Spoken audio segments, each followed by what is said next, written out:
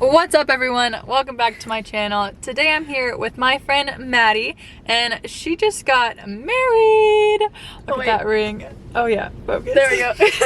She just got married and we thought since I'm able to hang out with my friends, it would be a great time to do a video together and talk specifically about relationships with people in the military. Before we jump into today's video, I wanted to stop and say thank you so much for helping me reach my goal of 1,000 subscribers.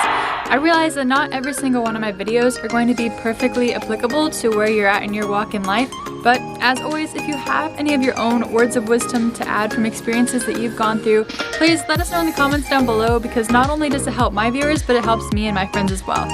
So again, thanks for helping me reach my goal, and if you haven't already, I would love it if you joined our little community here, so subscribe to my channel by hitting the red button below. Thanks!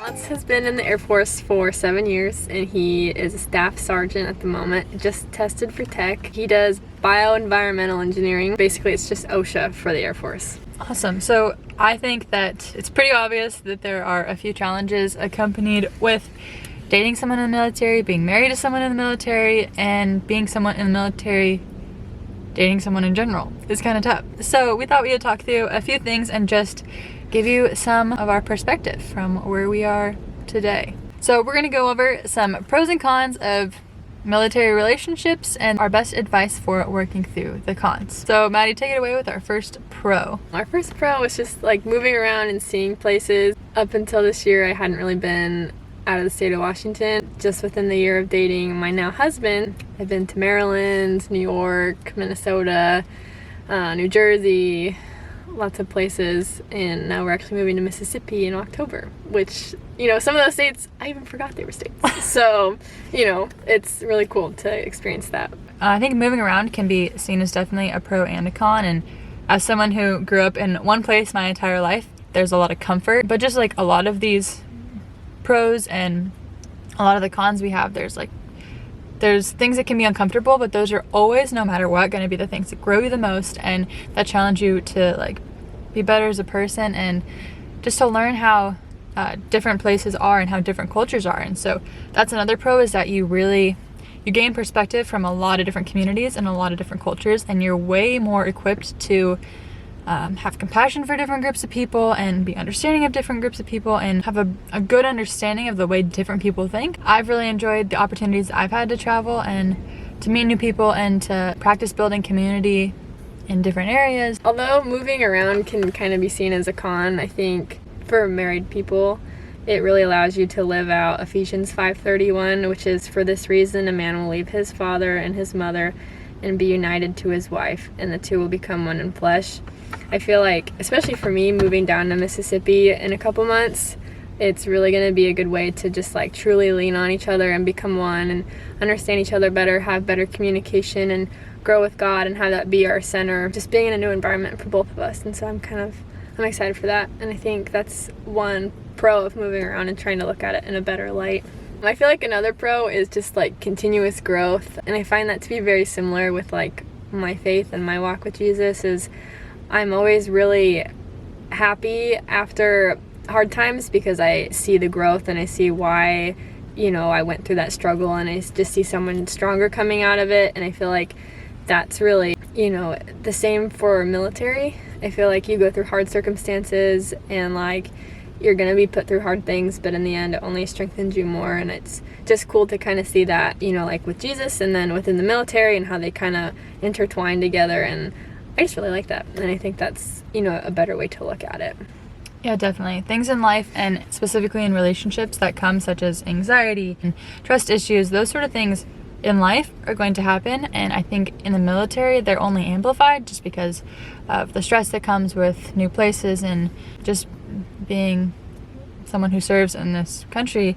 But again, like Maddie said, it's even more of an opportunity for God to show up, and it's just a time when you can completely surrender, because in the military you can't really plan anything. And as military members, I'd say that we kind of know that signing up, and we take an oath and we are willingly sacrificing for our country. But as a military spouse or a military significant other, you're going to have to decide whether you're willing to sacrifice as well, because since we do believe that when you're married, you are one. Their sacrifice is your sacrifice, and you're choosing to be with them regardless of the circumstances. Things aren't necessarily going to go exactly the way you want them to go. But I think that, again, that loss of control that you might feel with not being able to determine your schedule or plan things like vacations and Christmases with certain people that you might be able to do when you're not in the military, I think that control is something that should be handed over to God regardless. And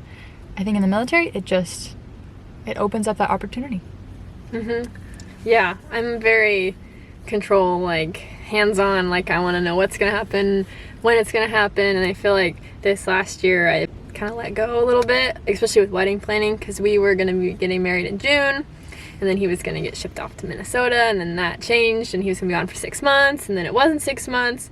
And I feel like we ended up planning getting married within like a month, and normally I'd be like losing my mind, like, oh my gosh, what about this, what about that? And I was just like, like it's gonna happen and it'll be perfect regardless. And it definitely lets you become more relaxed and just more trusting, and that everything's gonna work out the way that it's supposed to, because it always does.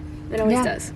Yeah, that's awesome. I bet too it also helps you to kind of take your focus off of the details that might not in the big scheme of things matter so much, and really focus on like the point of getting married. I think sometimes our culture these days kind of idolizes things in relationships that might not be necessarily the most important.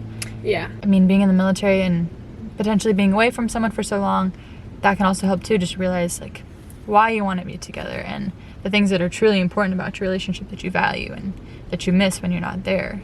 For those of you who are getting in a relationship with someone who's already in the military, or jumping into a relationship that has to be long distance from the get-go, one like piece of information that I have really internalized recently is that I think to be fully loved is to be fully known. And so use that time, those conversations long distance, to really get to know each other, because that is going to strengthen your relationship for when you are together in person down the line so much. And getting to know who they are and what they think about certain things, like that is true.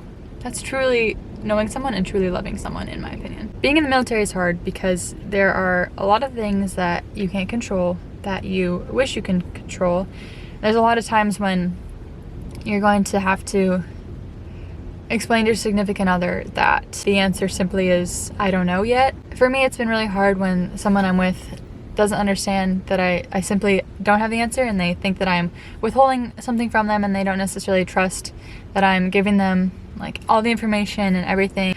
I guess the advice that I would have to those of you specifically who are like dating someone in the military, or if you're in a military relationship, just give each other so much grace and be so patient with each other, because like we've talked about so much, it's such an opportunity to grow your trust in the Lord and grow your trust in each other, and to make your relationship about things that are like solid and not changing, because everything in the military is gonna change. And if you have each other and if you're supporting each other regardless of that change, then you're just gonna be so much better, and you're gonna have so much support and be that much stronger. But if you're constantly complaining about, oh, why don't you know this, and like, why do you have to do that, and like, sometimes we don't have an answer for you, and we can't necessarily explain every single thing, but we're doing our best, and we want to plan, and we want to be able to honor things that you hold to be really important and that sort of thing, but we just can't, because we have to work, and we made this commitment, and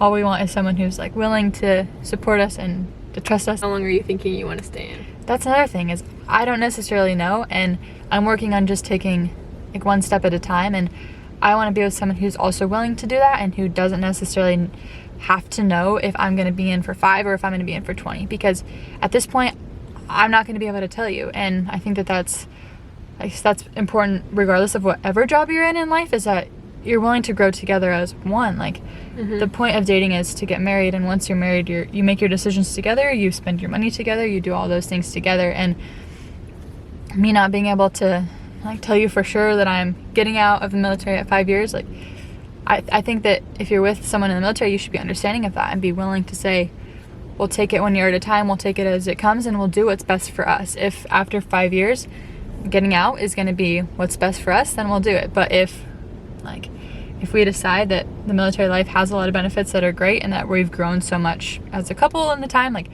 then it's understanding to stay in the military. Like, you just have to be willing to not overthink and to try to grapple for control, because you're not going to get it and it's going to slip through your fingers and it's going to be painful. But you just got to be willing to take it one day at a time and do it with each other. Like, it really is that simple. So now we're going to talk a little bit about the trust aspect and the fact that for me, like, I'm a female in the military and I do work with a lot of guys. And so anyone who I date that's not in the military might have some reservations because I might be on duty with just one other guy. Just addressing that, to me, that could be completely okay, because I know that it's work and I know that nothing's going to happen.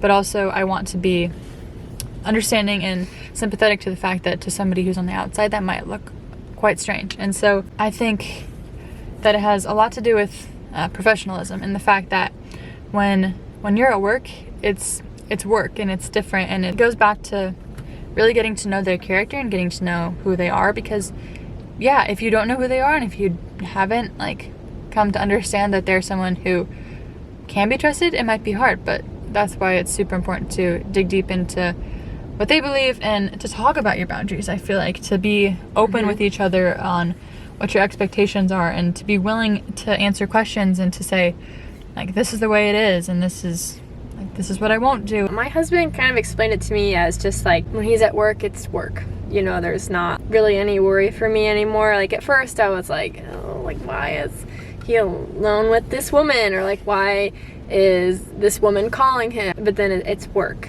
You know, there's not really anything that they can control. Like, it's professional and it's just work. I recently went to the gym on base and everyone's very professional. You just kind of keep to yourself, and like, I feel like that's very different than even a gym, you know, that's not on a military base. It's just, there's a very different vibe. I feel like on base, it's very professional. There's an aspect of it too where you are some sort of like a family. That brotherhood, sisterhood is so different than like flirty, let's hook up. In my opinion, like, when you're with the right person, it's not going to be like that for them. It's going to be the brotherhood, sisterhood thing, and that is such a powerful thing. That's one reason why I joined the military, is because I knew I'd have that like strong family environment bond. But like Maddie said, it's also so professional, and it's something that I think like military spouses and significant others should be involved with. It becomes like, when you're in a relationship, more about the two of you like having those friendships, and you should be involved versus just them. Yeah, you don't want to be that wife that just stays at home and no one knows. Yeah, get involved. There's one guy on this boat who like brings his wife all the time, and it's so cute, and we all know her, and it's awesome because that's sweet. Yeah, and she like, we're kids, and she can be friends with the girls on the boat, and then it's just fun. Then it's so powerful. When I was trying to figure out the pros and cons of dating someone who's in the military, I had a hard time actually coming up with cons. And kind of for reasons we stated, you know, the hard things end up leading to greater good. But one thing I noticed with my relationship in specific was we were long distance from the get-go. We were always not super long distance, but, you know, 2.5 hours. And when I'm busy and he's busy, you know, it becomes, you know, we don't see each other for a few weeks here and there. But we were always so excited to spend time with each other and go do things and just like be with each other, that like, I don't want to say like, you know, reading scripture and like growing in our faith together was our last priority, but it definitely wasn't like our first priority. And so I don't feel like that we got to grow together in our faith as much, which I wish, you know, looking back, we had done that more. But now we'll be married and moving in next week with each other, so I'm just excited to that. And I guess I would just say to, you know, make sure you do make that a priority. It's easy to just get caught up with like being with each other and being excited about it, and there's nothing wrong with that, but you know, you just gotta lock it in there. But I guess on the flip side of that, there are a lot of pros too. I think that being in a long distance relationship, for those of you who are Christians and are saving yourself for marriage and trying to keep certain boundaries in your relationships, I think distance can be good for that, and it can be kind of an easy way to like avoid that temptation. We've all heard the phrase, distance makes the heart grow fonder. Would you say that that's true? Mm-hmm. Yeah, so I mean, you're just gonna have a bigger appreciation for the time that you get to have together, knowing that like it's limited and it's going to end, But then it's also exciting because you know that, like, when you are waiting to see them, you know that that's gonna end too. And you get like the little butterflies back, like when you first started dating. Like I remember it was only like 6 weeks, 5 weeks, I don't know.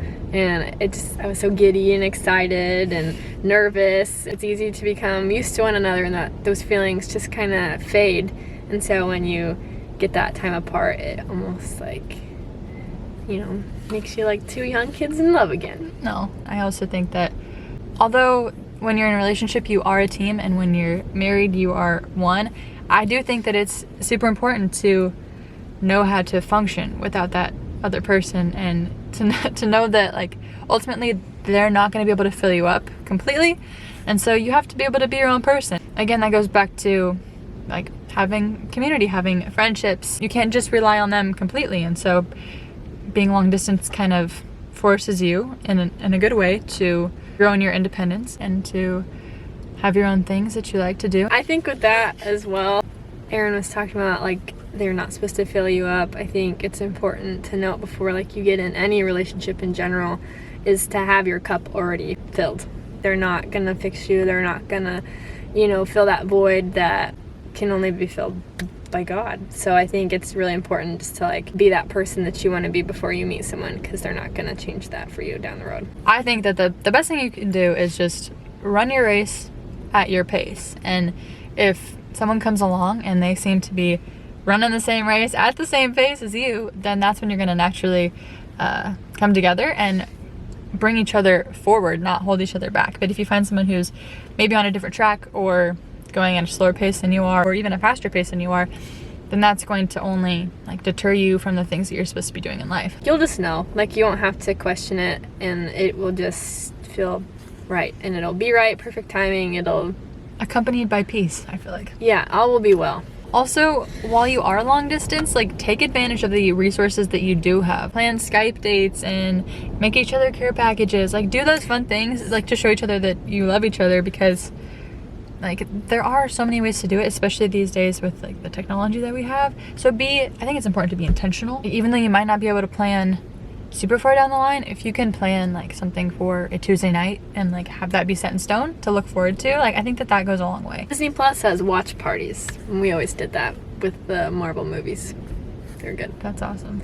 Also, for those of you who are in the military, just like get them involved and make them feel like you want them to be a part of military life. Don't make it be two separate things. Like it can be your experience in the military together. It doesn't necessarily have to be just your experience. Like you can share that. I heard some really good advice to like do little challenges together when you're apart. So like if you know you're going to be apart for a month, to do like pick a workout challenge to do together, or pick a like book in the Bible that you're going to read together that month, just to like make you feel connected from distance. Stay positive and be open to change, because like it can be really fun. I feel like the unknown sometimes.